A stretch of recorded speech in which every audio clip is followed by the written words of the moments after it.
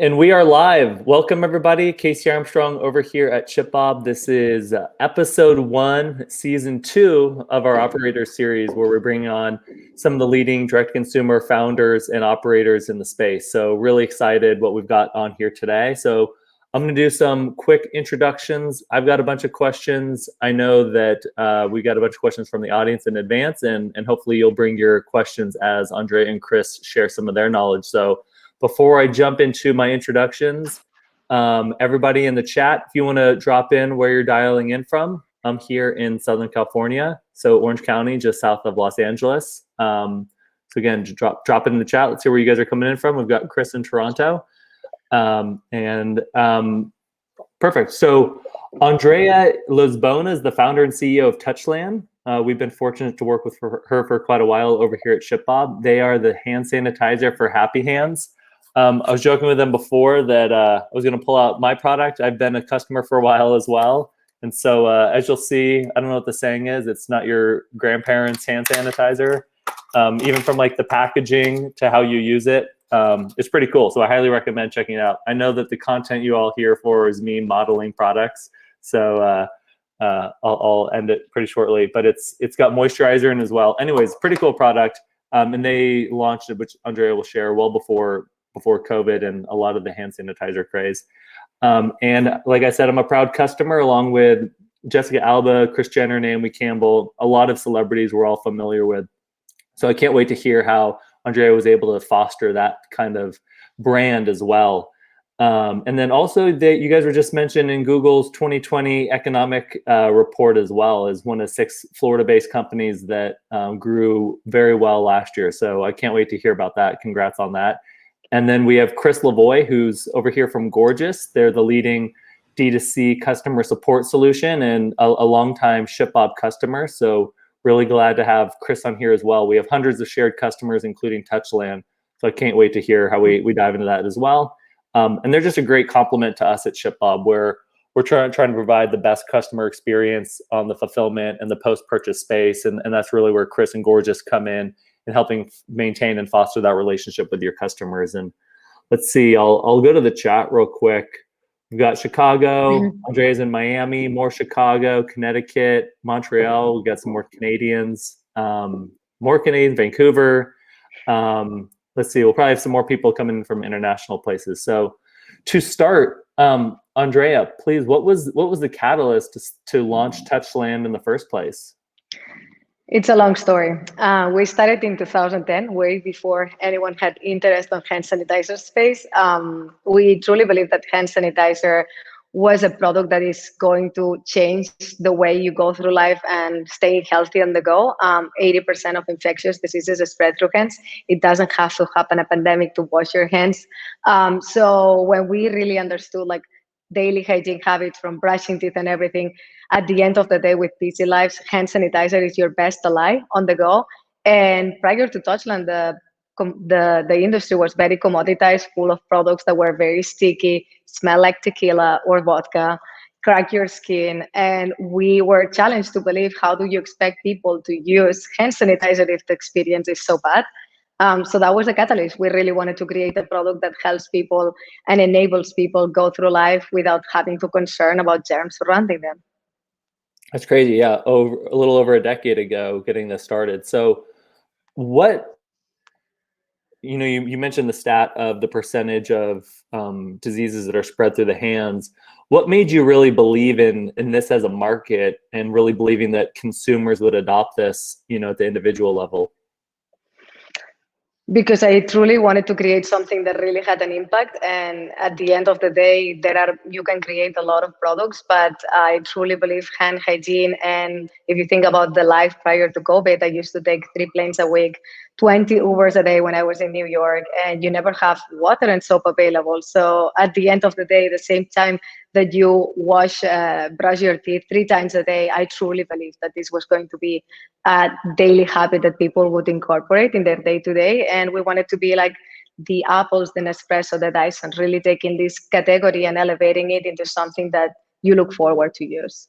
Yeah, and I mean, as you can tell with the product here, you can see that you guys took design, it was top of mind. And then behind you, I believe, I don't know which shoulder, your right or your left, I believe your left. Left. Sometimes it flips the cameras on us, is one of your hand sanitizer stations. So you want to explain that a little bit? Yeah, so we launched two product lines, the Power Mist, which is the hydrating pocket-sized hand sanitizer mist, and then we launched the Cube, which is the world's first smart hand sanitizer dispenser. And when we take a category and we really want to disrupt it, we do it from all the angles. So for example, from the business standpoint, besides doing a beautifully designed hand sanitizer dispenser that is protected from like kids getting hand sanitizer on the eyes, that's why it incorporates a tray within the design, and it dispenses like our high quality formulation. One of the biggest pain points was technology. At the end of the day, businesses, when they implement hand sanitizers, the last thing that they want is a headache and having to check constantly if refill or battery levels are okay. So we launched the first smart hand sanitizer dispenser that basically enables you to connect to your phone and connect up to 100 devices, and it will tell you when the refill and batteries are running low. And it also tells you how many liters of water have you saved. So if you opt into 50 dispensers and you have it within all your offices, like at the end of the year, you can see that every time that you wash your hands with water and soap, it's 2 liters of water. And at the end of the day, hand sanitizer, if your hands are not visibly there, it's a cost-efficient and sustainable solution, an alternative to hand washing with water and soap. So we want to empower also through the platform for people to understand like water scarcity and water awareness, and kind of like engage people to save more water. Nice. I love that. And I want to get to some of that in a little bit, especially on the technology side and what you're offering for businesses. But before we get there, so you mentioned you started this in 2010. When did you officially launch Touchland so somebody could go online and buy from you guys? So we had different stages from 2010 till 2014. We distributed hand sanitizer solutions. I think entrepreneurs, we have in our minds what the ideal product is, but sometimes those are false realities. Like you may think people want this, people want like a shape that is more round, others. So I think what we did for 5 years, 4 years and a half is really understand from the inside why companies are using foams and gels, why companies are using mechanisms that are gears and not magnets. So really understanding all of the pain points on the industry. And then in 2014, we launched in Barcelona. You can tell from my accent that I'm not from here. We launched the brand. It was very successful. And in 2016, we took the decision that we needed to jump across the ocean and come to the biggest market of hand sanitizer, which is US. It's 30% of the global demand of hand sanitizers. And we officially launched with a Kickstarter campaign in July 2018 that was fully funded in 24 hours and ended up being 450% funded. And then we launched our D2C in December 2018. So it's been less than 3 years since we launched.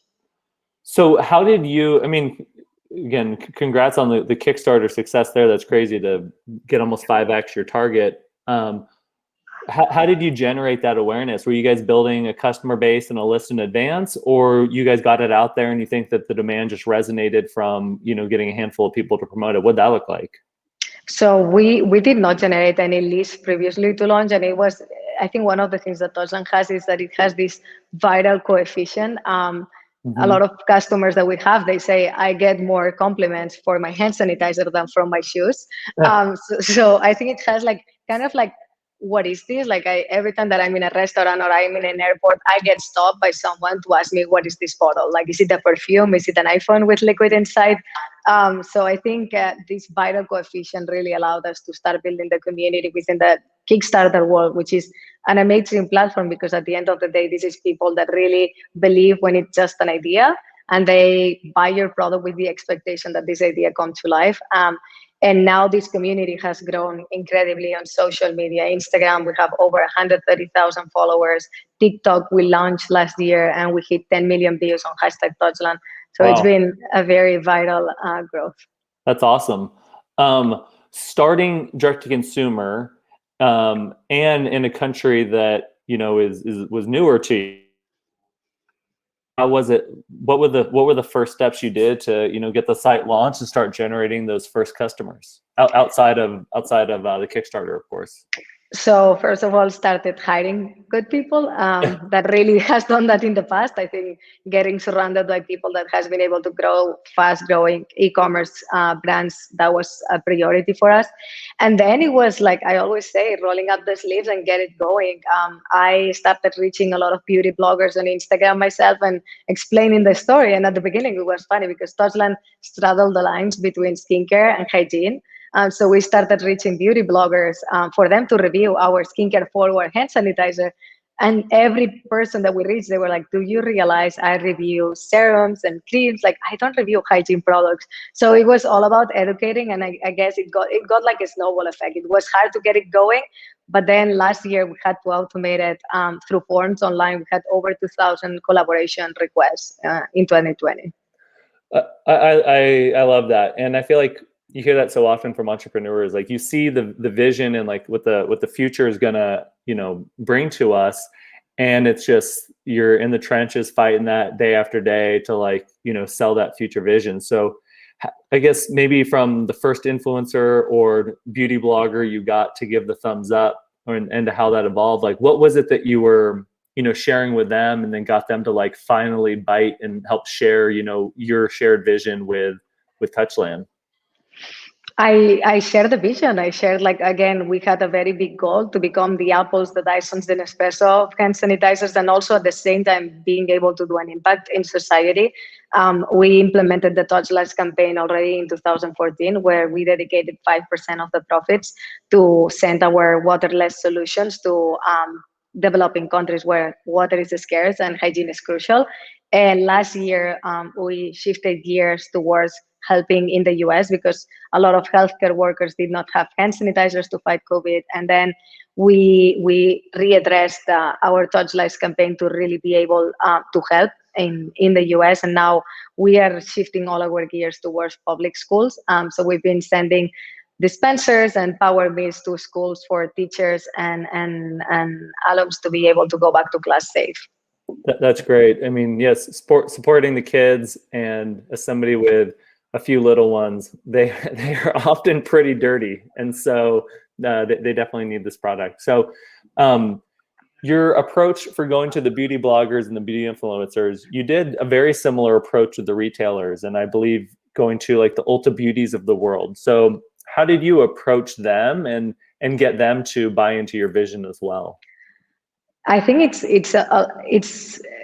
takes a lot to say no to many opportunities in order to be able to say yes to others. And I always say take small steps short term, but be able to always have that vision of where you want to go. So when we disrupted this industry, I think the biggest challenge is you want to be a disruptor and then you disrupt a product, but then you don't disrupt the way this is promoted, the way this is sold, the way this is commercialized. So in our case, for us to be a true disruptor, we really wanted to become a lifestyle brand. And all hand sanitizers brands were sold in supermarkets and pharmacies. And what Touchland has been able to do, and that's part also of seeing how we've been able to drive up our AOV in our e-commerce, is that Touchland has become the first hand sanitizer that you don't buy for personal use only. In our site, people buy in average 5 to 6 units, or 6 to 7 right now, since we started. And that's the reason why it's become so viral, is because this has this shareability effect. People buy it in order to give it to other people. So when we thought about the retail strategy, the easy way would have been go to the supermarkets and the pharmacies of the world. But we decided that we wanted to be in all the fashion and beauty retailers in the US. So after 6 months in B2C, gathering all the data and everything to be able to say it's just not a beautiful product that feels great, it actually sells great. So we started selling in Urban Outfitters, Revolve, Bloomingdale's, Nordstrom, Ulta in 1,200 doors previous to COVID, and we were fully sold out within 7 days. So it was a great experience in retail for us too. I love the go-to-market innovation there as well, where you're going to an area where there aren't other hand sanitizers. You're really differentiating yourself both in what the actual product is and the look and feel. Have you seen others try to copy your approach and get into the Ultas of the world? And what does that look like? Yes, of course. But I always say competition is good. when we started, it was really hard because we were the only ones doing everything, not only from the retail standpoint, from the B2B strategy. Most hand sanitizer companies just focus on healthcare facilities. And what we realized is that human interaction happens everywhere, restaurants, gyms, hotels, everywhere. And hand sanitizer companies just think about like getting to all the hospitals because that's where all the business is. But our goal was to really educate other places where there were not hand sanitizers, that at the end of the day, germs are not only living in hospitals, they live around us, and that they should be taking care of their employees and taking care of their customers when they enter through the stores. So we've been able to set up amazing partnerships with Equinox Group, SoulCycle, Blinks, Joe and the Juice, Sweet Green, Four Seasons, Standard Hotels, like a lot of businesses that really understood that this was not just about hand sanitizing, but actually being aligned with the values of their companies. I like that because that also further enforces the brand you're trying to build, which is, you know, where you're selling. I think a lot of it's a book by Marshall McLuhan with The Medium is the Message, and it's like how you get to customers is equal to, if not more important than what you get to the customers. And so what you're getting to them, you know, at an Equinox or at an Ulta Beauty, their expectations are different. And like you mentioned, like I would never have thought of like gifting a hand sanitizer before, and I've definitely bought and gifted some of these. Again, it's like you look at it and it's this cool product, and like you said, there's the virality built into an actual physical item where people are going to ask you about it. So everybody in the audience, please ask away. Again, selfishly, I love it because I can ask Andrea a bunch of stuff and learn from smart people like her. But please, this is for you all as well. And we do have a question from Marina from FameCo. She submitted this before. How did you think about brand awareness before you launched? And how long did it take before it really started to take hold? And if I were to add to that, again, you've been able to get, let's say, the Kris Jenners of the world who have huge reach to utilize or to use and also share your product. So what did that brand evolution look like? And when you finally were able to crack in with some of these huge names? Yeah, so I would say, and I always get asked about this question, which is there's not a secret sauce. And I always say sometimes brands just think about brand awareness from influencers and like partnerships and all that. At the end of the day, brand is everything that creates the company, from customer service to B2B salespeople. Like everything talks about the company that you are, and sometimes brands just invest a lot on just like the outer shell of the company, that it looks beautiful, that it looks very cool, but I think it's like a knight's castle. At some point it's gonna fall if you don't have those foundations. So I've been building a brand that I truly believe in, and I believe everything will come at the right time. We've been very scrappy always because in Europe it's very hard to raise funds. So I think I have that mentality of being careful on spending. So I think one of the things that I like to share for entrepreneurs to be excited is that you don't really need a big marketing budget. Since we launched, Touchland has not spent $1 on paid collaborations. The reason why is because as a heavy Instagram user, whenever I see #ad, I start losing credibility towards that review. I think that person is getting paid to say that they love the product. So we wanted to ensure that at the end of the day, if someone receives a product, that review is whatever they think. If it's good, it's good. If it's not good, the truth will come out. I think some brands, they pay because they are scared that it's going to be a bad review. And if you have a product that the quality is not good, doesn't matter how many influencers you pay, it's going to go out in the market. So that was one of our mantras. Like, we don't want to pay to get good reviews and to get that exposure. And also, we did not want to pay to play on press. And last year, we got 32 billion air media impressions. And I remember in the beginning, it was hard because no one wanted to talk about hand sanitizer. That's not a cool thing to talk about. And we really invested in like, look, this is like a story as cool as Nespresso, as cool as Dyson. Like when they started, I think like people sometimes they say it's just a hand sanitizer, it's just a hair dryer. Well, it's just a phone, but those are the items that really change your day to day and it make it better.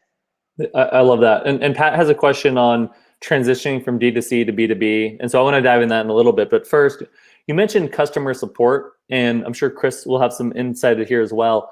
How have you thought about your customer interaction over time? And another thing is, you mentioned the scrappiness, and that's where, you know, I might be biased, but I love a lot of the technology solutions out there today. Like you guys are on Shopify, and that allows you to do a lot with a smaller team. You work with us over at ShipBob, that allows you again to do a lot with a smaller team. You work with the gorgeous team, and that makes you more efficient there as well. And so how have you guys approached, your interaction with customers, and how's that evolved over time? It has not evolved a lot. Like we've been from the very beginning treating every customer as they were the Four Seasons. I think some companies, they differentiate how they talk to influencers to how they talk to customers. And I think in our case, it's the same treatment. These are like people that love their brand, that they bought into our product, and we want to give like a white glove service. It doesn't matter if you buy one power mist, 50,000 cubes. Like at the end of the day, every person put like a grain of sand into the goal. So since the very beginning, we've been very customer driven, and I think people appreciate it, because there are some brands that simply will just care about the influencers and all of that, and they forget about people that really pay for their product. And I think customer service is one of the most important tools for a company. Nice, I agree. And so Chris, for you on customer support, how have you seen maybe the evolution of mediums and how people are interacting? I think a lot of it, at least when I use customer success tools forever, starting forever ago, it was all email based and maybe through the software. And now people are on their phones all the time, but they're also in a bunch of different apps. So what have you seen, Chris? Like, what are the biggest trends or changes in consumer behavior? Yeah, it's a great question. First, I just want to say I'm thoroughly enjoying this conversation. I've learned a lot from you, Andrea, and it's a pleasure to keep listening. I'll answer this question on what am I seeing trend-wise with how customers are interacting with businesses. And so you're right, Casey, that email, people calling in back in the day with those 1-800 numbers was the way of the past. But now your customers are going to interact with your store in many other channels, such as social channels. And so that's a big trend. So people might be commenting on your post on Instagram and Facebook, for instance, and you might not think that that's a support interaction, but if they're actually leaving reviews or they're asking product questions, then that should be pulled into support. So someone on your team has visibility. So for instance, Gorgeous fully integrates with Instagram, Facebook, including the direct messages of each of those platforms. And so now if someone's leaving a nasty review, for instance, on one of your pages, that's fine, but now you'll see that and you can be proactive about it and try to satisfy that customer as opposed to missing that completely. So to answer your question, it's not enough to just be responsive on email. You need to connect with them on social channels, SMS, as well as have a really robust live chat as well on your website. Nice. Yeah, SMS is something that I like often because I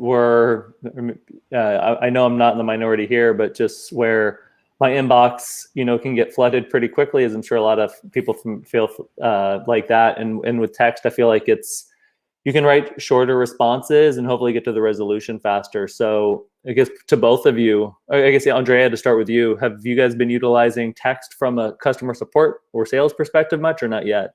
From sales perspective, yes, we implemented like abandoned car, SMS strategies, and all of that. From customer service, not yet, but we are a very social media driven company. So it's been great from Gorgeous to be able to integrate that into customer service. And again, as you said, Chris, like be able to see someone that is not satisfied on social media and really don't think that this is just a social media comment. This is actually a current customer that is not happy, and that you can change that through customer service.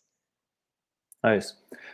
So before we unlock the huge topic of B2B, there were some questions in the question section. So this is from Christina. It's not, I'm going to flip her question. So it's not easy to make creative packaging for regular products like this. And so how did you develop the packaging for the hand sanitizer?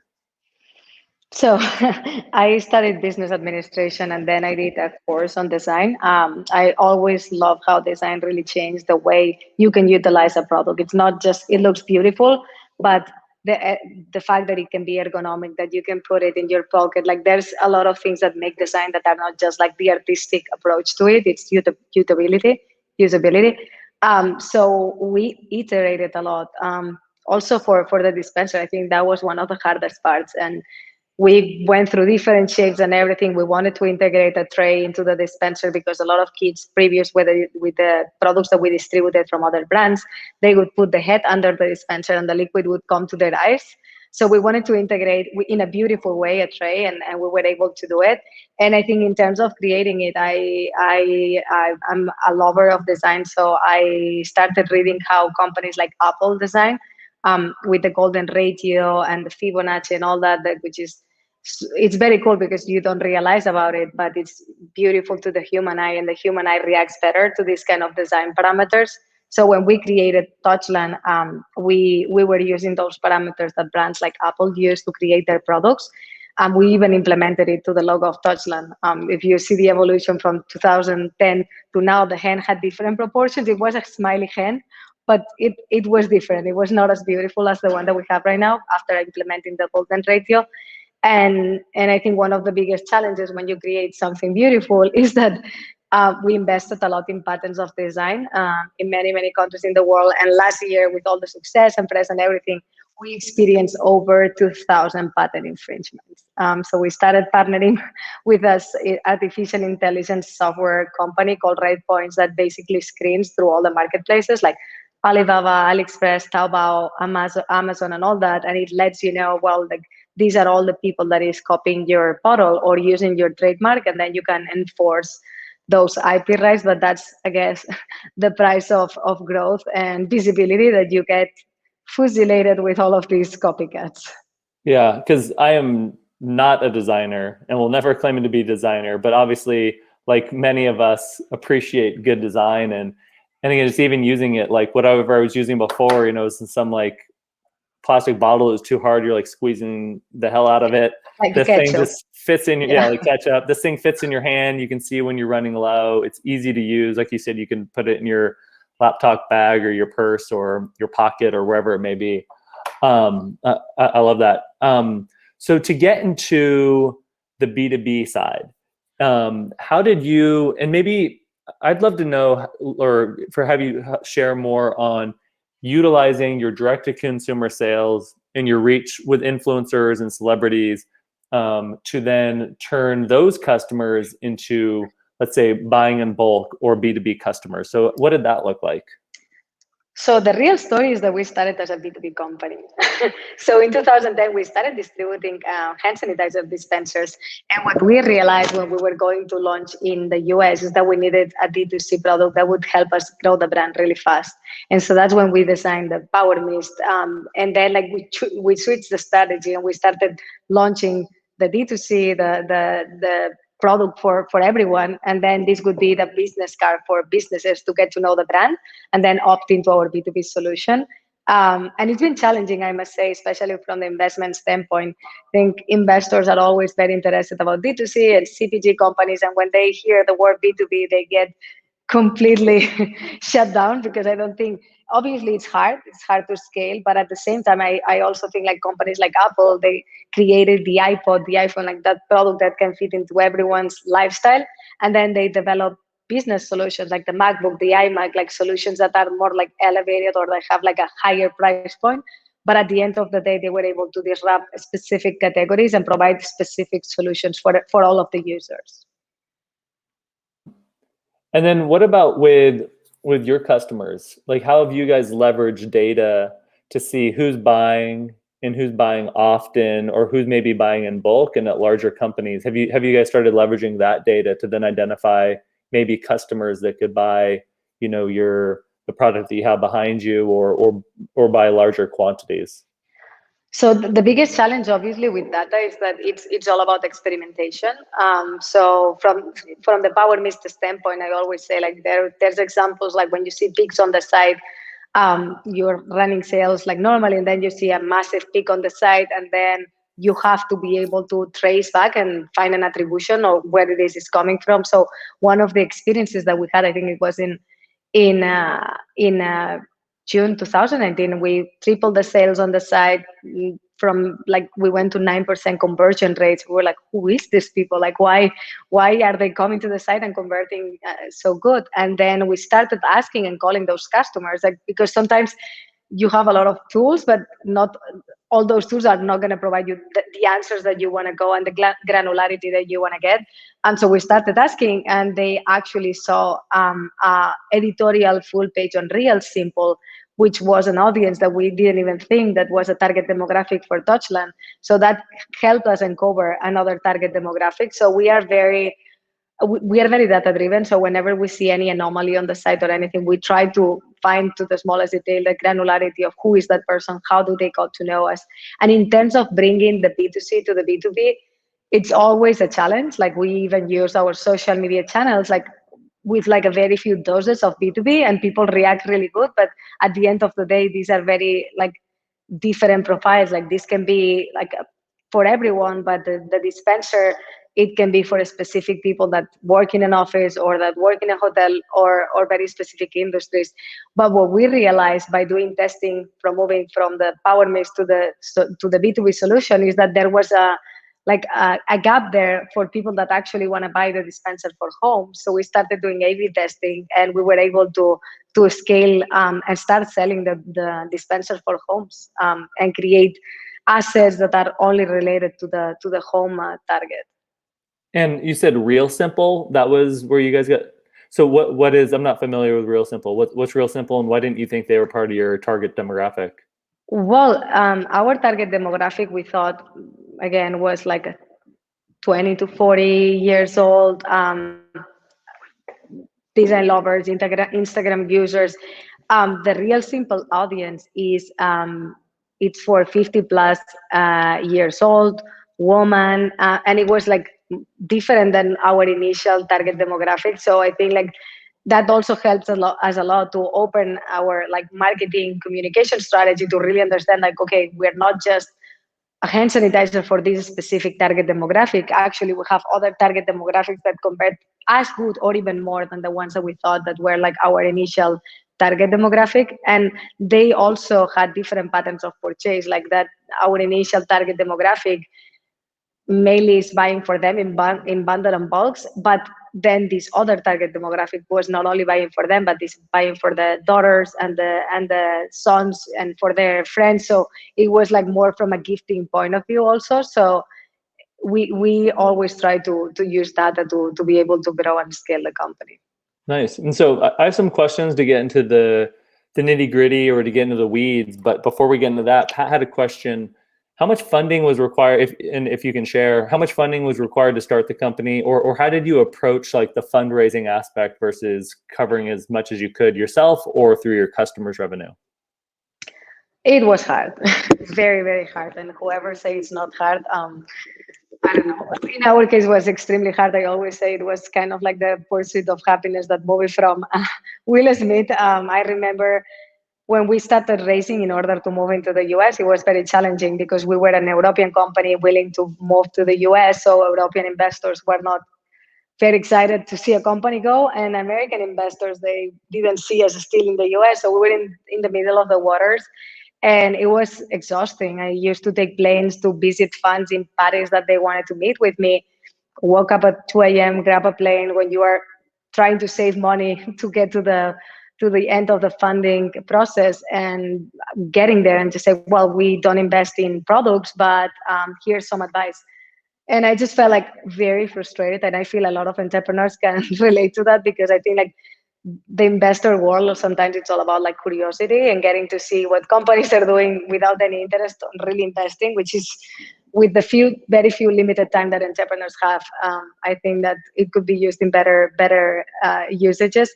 And then we ended up finding an investment almost, I would say, 1 week before we were going to run out of funds, through my business school, like a family that had followed me through all the years, believed in me at the end of the day, that really believed that I was going to find a way to execute whatever I proposed. And we ended up receiving the funds in less than a week after 2 years looking for funds. And then when we moved here, we did an investment round, but it was not so much related of a need. It was actually because I feel like coming from Europe, having no context, wanting to launch a B2B solution and really wanting to be able to put it in amazing brands, we were looking for investors that could help us open doors and get our solution introduced into the B2B world. And And also it took us 6 to 7 months, and that was before the COVID, which very bad timing, because 2 months after we really were fully financed without any struggle. Yeah, I bet.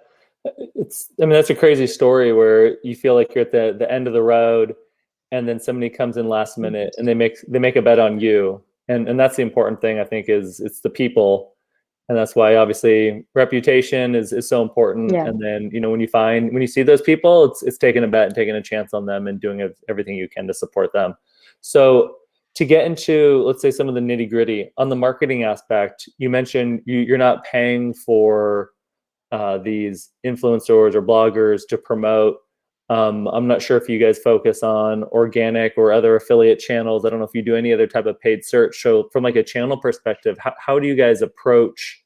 One is, how do you approach marketing? And then two, since it can be lumpy at times, how do you forecast what that's going to drive for your business? So yeah, I think like that's the hardest part on the marketing side. It's like attribution and be able to spend, kind of like knowing what you get in return. We of course do social ads and search ads. I think we experienced something very crazy, which is during the pandemic, when we were already 1 year and a half in the market, Facebook shut us down completely on ads.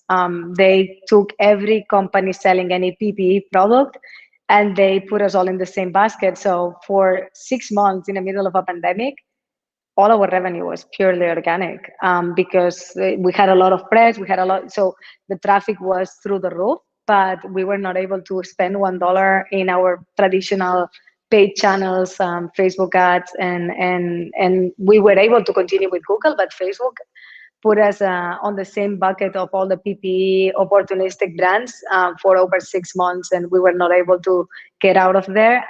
So that was a big challenge. And we were able then to kind of like brainstorm and think through other platforms. So we did an out-of-home campaign in New York in September during that period. And kind of like from a branding standpoint, Touchland comes from the kind of like making a statement against hand sanitizer brands that basically scare you of everything surrounding you. If you see the marketing of those companies, it's like your phone has more germs than a public toilet seat. Amazing. I don't want to know. I don't want to be putting the phone in my face and thinking I have a toilet seat in my face.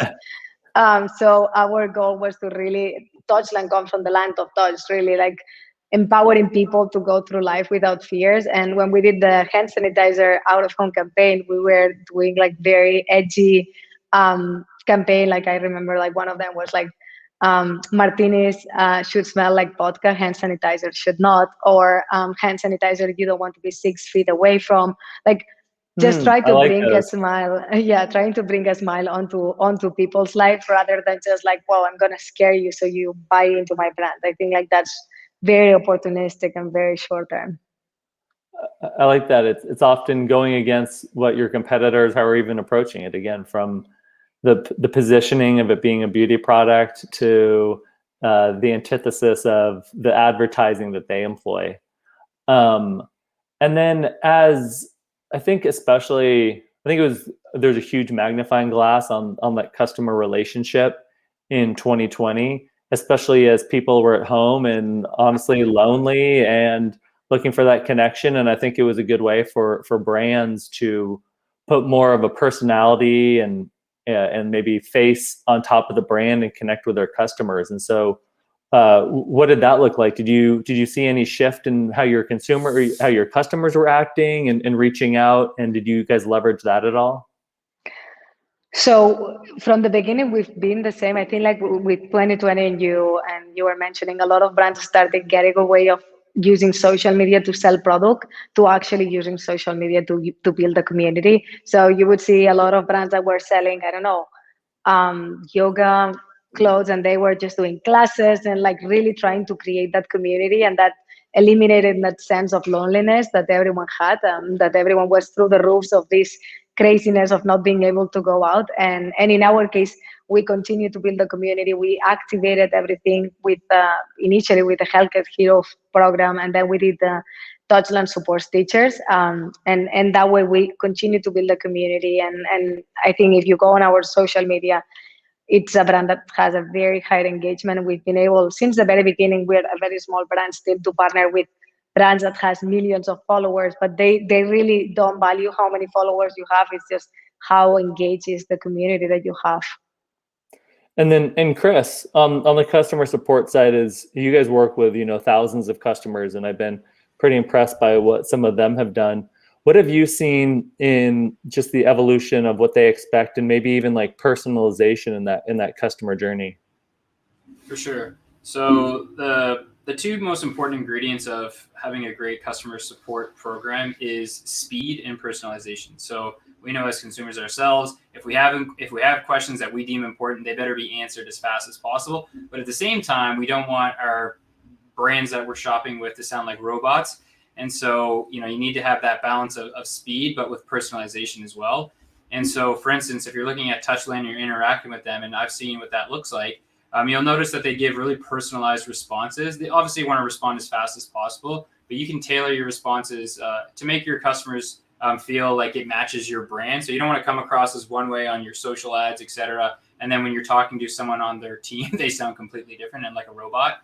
So the personalization is key. And that's a big trend that you're seeing more and more of is how do you achieve that? We, Gorgeous, we struggle with that ourselves. It's like we're making speed so easy for customers, meaning you can automate a lot of your support volume. You can respond to customers as fast as possible, but we want to make sure that you can also still maintain that level of personalization. So that's a key challenge. Awesome. And Andrea, so it's, what are we in now? April. The U.S. has been doing a pretty good job with vaccine distribution. I know I'm excited to get my second shot tomorrow and really start acting more like a normal human again. As you think of this post-COVID world, and again, you made a bet on hand sanitizer, and especially with like the moisturizing and the different smells and the different look well before COVID-19. So how do you view Touchland evolving as a brand and staying even more relevant post-pandemic? Innovation. I think in our case is continue innovating, continue surprising people. We have a lot of product coming very soon. One of the challenges has been when you're growing so fast that you're extinguishing fires all the day and you cannot think medium long term. So intent for us is like, do we believe that there's going to be a change in habits? No, it takes 45 days to create a habit. We've been almost a year when people really understanding how important hand sanitizer is, like people will not stop brushing teeth, and hygiene is not going to go away. Hopefully mask at some point when few months when everyone's vaccinated, we will be able to see people smile again without having to imagine that. But I do think that in our case, we started Touchland not because there was going to be a pandemic. We truly believe that this is just such an easy go-to solution. You're in an airplane, you're going to eat. Whenever I'm a big fan of Mexican food. Whenever I forget my Touchland at home, I freak out. I go to the bathroom, I close with the elbows, I look like a surgeon trying to eat without touching anything. So I think this is just like such an easy solution, and it happens with all the ages, and I think even for kids, we have so many parents that have said, I had to chase my kids to sanitize hands, and now it's just like a religious moment. Like I pop my power mist, and all of them are like this, like give me my mist. And I think that's the most exciting part, like building a product that does not go away. At the end of the day, it's a hygiene habit that we want to turn into a ritual of personal care, and we will continue to create more innovations for people to be excited about the brand and the lifestyle that it creates. Nice. I like that. And that question, by the way, was from Sarah from Pink. So thanks for that. So to get back into the weeds a little bit, this is Lisa over at Bolster. She's asking, and again, we can take this question a couple different directions, but is like, how has your inventory allocation evolved over time? And as you forecast demand and need to replenish, how have you approached that? That's a good question. And it's a hard one too. So I think that's one of the hardest parts for us, because when you're growing 1,000 to 100%, you have 8 SKUs. Like it's kind of like a lottery, like what's going to be purchased, like especially with retailers, because we've seen kind of like a tendency and a trend in e-commerce, but with retailers, it's that purchase department. If they prefer watermelon over aloe. It's just a personal decision, and when they order 100,000 units. So that kind of like breaks all your forecast and everything. So it's about having a great communication with retailers in the first place, like really trying to understand what's going to be their forecast, so you can put it in your demand planning and supply planning. And in our case, for example, one of the things that we did during the pandemic, we were fully sold out in March 5th. So instead of just like waiting to receive more stock, it was very important for us to really understand the demand size. Like, what are we talking about? Are we talking about few hundred units a day, or we're talking about 100,000 units a day? And so what we did was kind of like a Kickstarter program in Shopify, where people was able to buy, pre-order, and get the product in 8 weeks. Which, if you think about this in the middle of a pandemic, putting a pre-order on a hand sanitizers of 8 weeks wait time, you may think that you're not going to be successful, but I think entrepreneurs are a little bit crazy. So we had to really understand, like, well, let's just see what happens, like what people really need. And surprise to us, we grew in pre-orders 1,300% in 3 weeks on 8 weeks wait time. But on top of that, we had also implemented like a notify me when available, and we had 34,000 people subscribing in 3 weeks, which it was a complete madness. At the end of the day, also there was a lot of chaos. So we had, from that growth, like some people just say, hey, like I need to cancel this pre-order because I am having financial issues, and we would just refund the money immediately, because at the end of the day, we wanted to be a tool to be helpful for companies and maximize product availability. So we were very transparent. I always say it takes a lifetime to build trust and 1 second to lose it. And I think brands should operate with that and don't fall asleep in the trees thinking that you are untouchable. Like, no brand is untouchable, and you always have to be coherent, consistent, and as you said, Chris, like the way you communicate in ads and everything, and then you have a very terrible customer experience if you're not consistent. This is a bubble that at some point is going to explode. And I'm glad you mentioned some of the pre-order stuff when you were out of inventory. I know Lucas over at Roll.io was asking about that. So what did you, and maybe even like, again, to get really nitty gritty, like, did you just hack some form up together? Did you use something from like the Shopify App Store? How are you capturing their emails to process all of these back orders? And then what did that communication approach look like, so you could tell them when you were actually back in stock? So for the Sign Me Up, Notify Me When Available, there's an app in Shopify. I think it's Notify Me When Available, actually, or Back in Stock. It's Back in Stock. Okay. It's the app, and it's really good, and it allows you to automate all of that list, and whenever the stock is available, it automatically creates those email campaigns. And in terms of processing the pre-orders, like, we just simply, from the dev team, we adequated all the copy and the communication towards making it very clear through the PDP, through the checkout, everything. 8 weeks wait time, read big, because we wanted to make sure CTA was pre-order. Like, we wanted to make sure that it was not tricky as a brand, and that people was really getting the clear information on what they were opting into. And it ended up working out for everyone. Like, people was excited when they received the products, and we were able to kind of manage, plan, forecast what we had to produce. Nice. And so I have a question I'm really curious on. And so when I've run direct-to-consumer brands in the past, or helped run, most recently, this company called Watchmaster, it was over in Europe, and we'd buy, Rolex, Tag Heuer, Breitling, Omega watches, and then we would sell those. And so they'd either be new or refurbished. But again, we were taking these existing products or existing designs, and we'd use a lot of data outside of our buyer behavior, and then with our buyer behavior to understand, like, what are the fastest moving products, where's they're the most demand. But again, we weren't creating watches from scratch. We weren't saying, okay, the dial or the strap needs to look like this, or anything like that. When you're thinking of the sense of your product, and maybe I'm the boring guy because I've got the neutral, because I don't really often go with the scents. It's one of our best sellers. Like people in average buy 5, and it's always you always have one unscented if you go to eat. Like you want to make sure that you don't get any smell. Everyone has in their basket an unscented.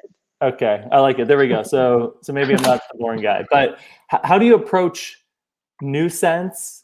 And I guess how do you even approach to start? Like, how did you pick, the first one or the first handful? Intuition a lot. Okay.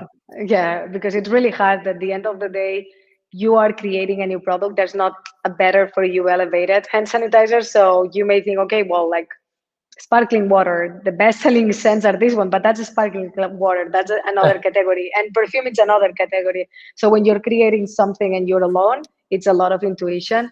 I personally also develop stuff that I like. It's very hard for me to develop stuff that I do not like. And in terms of also developing product, I think one of the most intelligent and easiest tools is your community. We always have been able to, for everything that we do, like which should be the next scent that we do.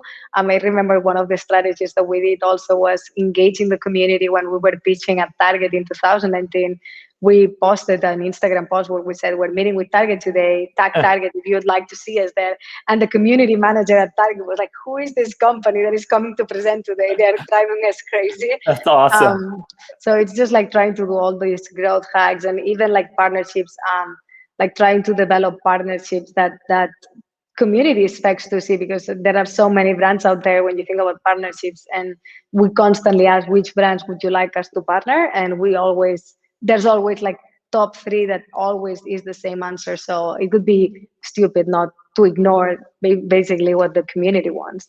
Yeah, I love that. Use your community army to get or to get Target or others to really open their eyes.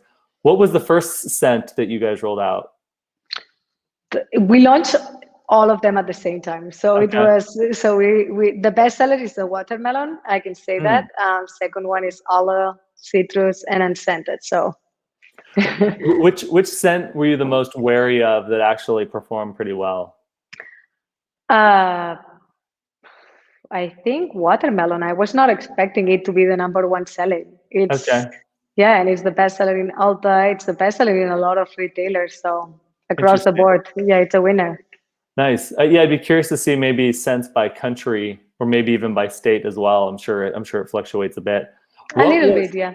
What was looking back, whether it's in like from your D2C approach, and I've got a couple more questions. I know we're almost at time. What was maybe your biggest mistake or something that you smile or shake your head at that you made, let's say, earlier in the process? And obviously we're all still learning, but something that you look back on now. Oh, I made a lot of mistakes. So, but I'm also a person that thinks that you have to make mistakes to learn, and that if I didn't make those mistakes, there is a movie of the butterfly effect, which says that everything that happens to you prepares you for what you're going to go through. So if every mistake that I did when I was in Europe launching and everything prepared me to this, like, well, I think it was part of the process.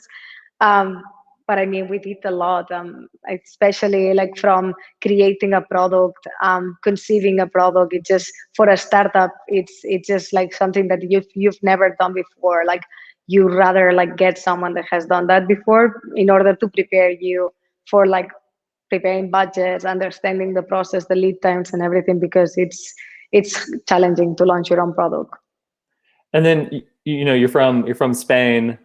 Right now you're over here in the United States, where I'm assuming you sell predominantly. What does that international roadmap or plan look like? Do you guys still sell quite a bit over in Europe, or what's it look like as you look to take Touchland even more global?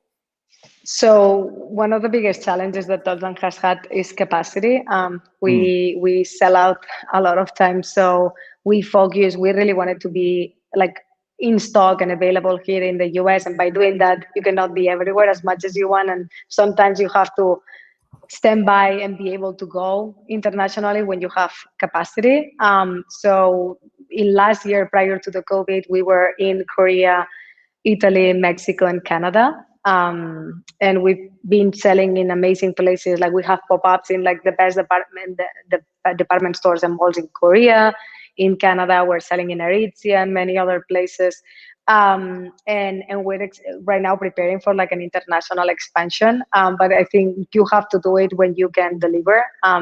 Because I think sometimes as an entrepreneur, you want to be able to do everything. And I think with product and growth, you have to be mindful of your market, your responsibilities, your commitments, and be able to deliver in order to take to the next level.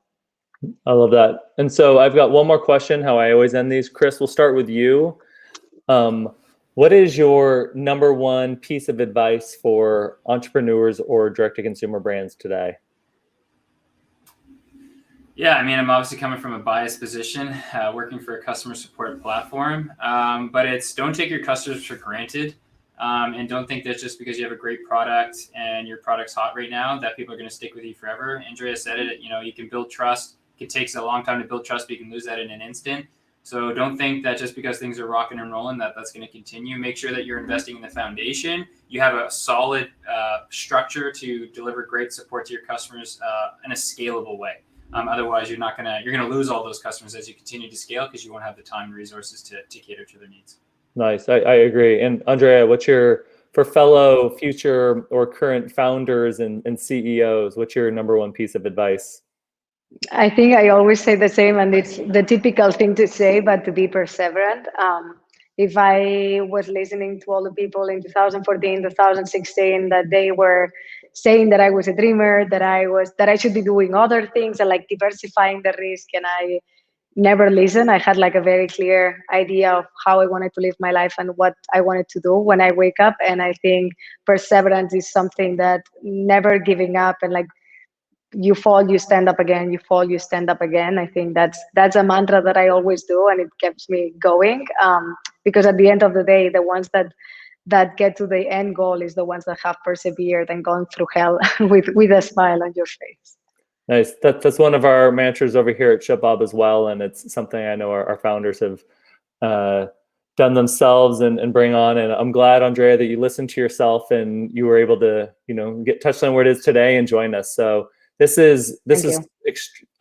really enjoyed this. Andrea, thank you so much for taking the time. And Chris, thank you for joining us as well. And then, of course, everybody in the audience, thank you very much. I know there's a lot you can do with your time, and so appreciate you spending an hour with us today. We'll be back next Wednesday at this time, probably for the next 20 plus weeks. So if there's other brands or people you want to hear from, please let us know. My email is carmstrong@shipbob.com. You can always hit me up. But thank you all very much. So have a great Wednesday. Thanks, everybody.